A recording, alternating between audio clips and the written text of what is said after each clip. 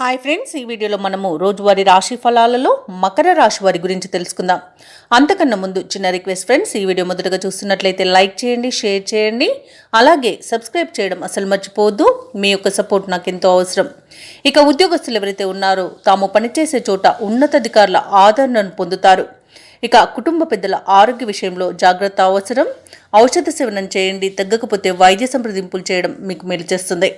ఇక ఎవరైతే దూర ప్రయాణాలు చేస్తున్నారో ఆ ప్రయాణాలలో నూతన పరిచయాలు కలగడం వలన ఉత్సాహంగా గడుపుతారు ఈరోజు. అలాగే ముఖ్యమైన వ్యవహారాలలో జీవిత భాగస్వామి సలహాలు బాగా కలిసి వస్తాయి.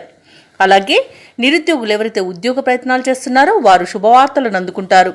ఇక మొత్తంగా చూసుకుంటే మకర రాశి వారికి ఆర్థిక పరిస్థితి అనేది మెరుగుపడుతుంది. ఇక మకర రాశి వారు చేసే ప్రతి పనిలోనూ తమ ప్రతిభను చూపిస్తారు. ఈరోజు అత్యంత యోగదాయకమైన రోజుగా చెప్పుకోవచ్చు. మీరు తీసుకునే నిర్ణయాలు అత్యంత శుభయోగాలను కలిగిస్తాయి.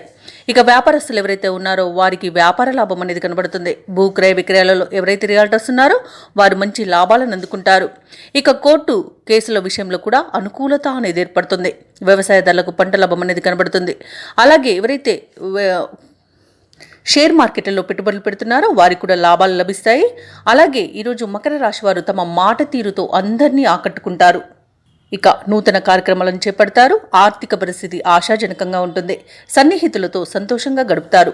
దీర్ఘకాలిక సమస్య ఒకటి పరిష్కారం అయ్యే అవకాశం కనిపిస్తుంది. తప్పకుండా ప్రయత్నించండి.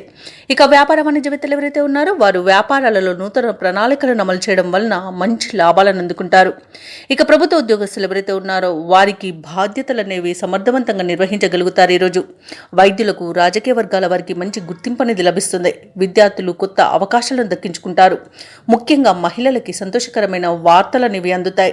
ఇక మకర రాశి వారికి అదృష్ట రంగు కాఫీ, ప్రతికూలమైన రంగు తెలుపు, అదృష్ట సంఖ్య 2. ఈరోజు మకర రాశి వారు హనుమాన్ చాలీసా పఠనం చేయడం వలన మంచి శుభ ఫలితాలను పొందుతారు. అలాగే పనులలో వచ్చే ఆటంకాలని తొలగించుకోగలుగుతారు.